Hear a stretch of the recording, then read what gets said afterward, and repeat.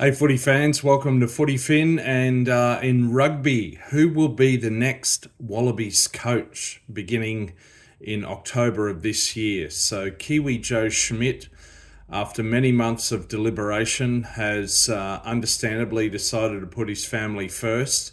He will finish this season. He was contracted till the end of the British and Irish Lions tour in August. He's going to stay on for the immediately following Rugby Championship, which in itself will be pretty interesting. The Wallabies will go to South Africa for 2 games, as well as two each against New Zealand and Argentina. But he will step down after that.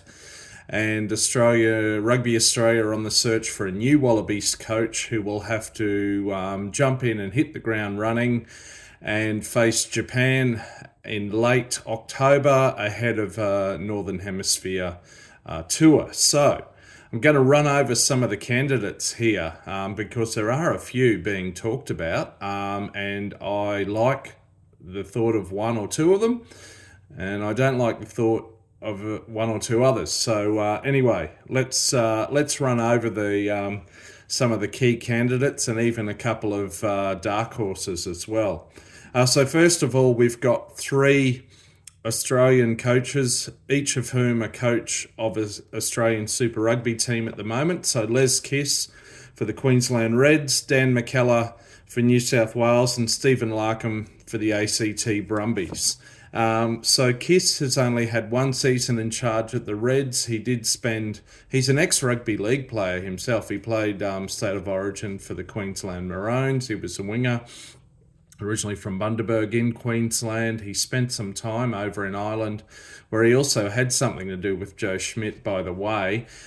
He seems to have made good inroads in a short period of time at the Reds and built a good culture there. Dan McKellar had spent time as an assistant coach. He'd done some time at the Brumbies, assistant at the Wallabies at one point, a season or two for Leicester Tigers over in England. He's now back, just beginning his first Super Rugby season as New South Wales Waratahs coach. And then Stephen Larkham, of course, the World Cup winning Wallaby fly half from 1999, scored that stunning drop goal against the Box in the semi-final in extra time to get the Wallabies into the final. He's been involved. He was an assistant coach for the Wallabies around about the time that Cheika was head coach. Been a head coach at the Brumbies for a couple of seasons. So there are those three fellas, and in some ways it'd be great to have an Australian, and it would seem a bit of a natural progression for one of them to step up. However, I'm not so sure about that. Look, I really think for this, we need a coach to hit the ground running, and there are 2 years, so they don't get a full 4-year World Cup cycle. They've got 2 years from appointment until the next Rugby World Cup begins. So my feeling is while I'd love to have the thought of an Australian coach and one of those fellas, I think we need someone with pre-existing international experience. That brings me to Australian Michael Cheika. Of course, he's had some success in the past with Stade Francais, then with Leinster. They won their first ever European Champions Cup under him. The Waratahs won their first ever Super Rugby title in 2014 under Cheika. He was then brought in at short notice as Wallabies coach, just 1 year ahead of the 2015 World Cup. He took the Wallabies to the final of the 2015 Rugby World Cup.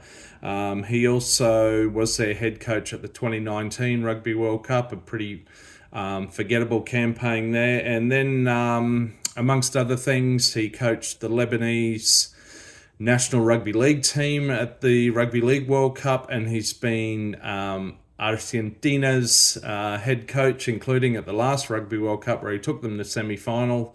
And he's been Leicester Tigers coach. So a pretty impressive CV, and in many ways Cheika could do well. However, I just think don't go back. Look what happened with Eddie Jones. Of course, Cheika's a very different beast to Eddie Jones. Most people are, thankfully. But don't go back. I think Cheika's had his time. his best days may be behind him as a coach. He had two cracks at the Rugby World Cup as head coach of the Wallabies, as well as one as head coach of Argentina. So I think no. As much as I sort of like the guy and find him pretty amusing in press conferences, no. One that's popped up just overnight is Irishman Ronan O'Gara. So, of course, he played fly half for the Ireland national team and a couple of tours with the British and Irish Lions. He has had some success with La Rochelle in France. He's taken them to two European Champions Cups in 2022-2023. He previously was assistant coach at the Crusaders in 2018-2019 when they won a couple of titles, although I don't think he can claim much glory there. So again, some are getting very excited about this, and sometimes in Australia we can sort of get caught up in a bit of the hype. Look, I lived in Ireland for 2 years when O'Gara was playing over there, including a Grand Slam win in 2009. What I can see of the guy and his personality, his demeanour, his behaviours, I actually don't think he's well suited to Australia and our culture, and vice versa. I just really don't think it's a good fit. I mean, he's a fairly difficult character from what I can see. I think he had a hard enough time even bonding and gelling with his Irish countrymen from Dublin. So I really don't think it's a good fit. You know, while it would be good for him and his CV, also he doesn't have any international coaching experience. So it's a no from me, Ronan. Sorry. Dave Rennie. Is it too soon, Dave? I mean, personally, I'd be happy to have Dave Rennie back. Sadly, he was unceremoniously and inappropriately dumped just over 2 years ago as head coach to make way for Eddie Jones. What a disaster that was. I don't think he'd ever come back for that reason. He's been coaching in Japan, the Kobe Steelers, and still is. I'd be happy to have him back, but he's not being mentioned. I don't think he would consider it, sadly. Bit of a dark horse, Tony Brown, another Kiwi, ex-fly half for the Highlanders and the All Blacks around the late 90s, early 2000s. He's currently assistant coach for Rassie Erasmus at the Box. That is a great experience. I'd be happy to have Tony Brown, to consider him anyway, at least shortlist him. His name hasn't really been mentioned in any formal news or journalists' pieces that I've read, but one to think of. And last of all, Jamie Joseph, yet another Kiwi. Joseph, of course, played himself as a flanker for the Highlanders and some tests for the All Blacks. He was Highlanders head coach when they won a Super Rugby title in 2015.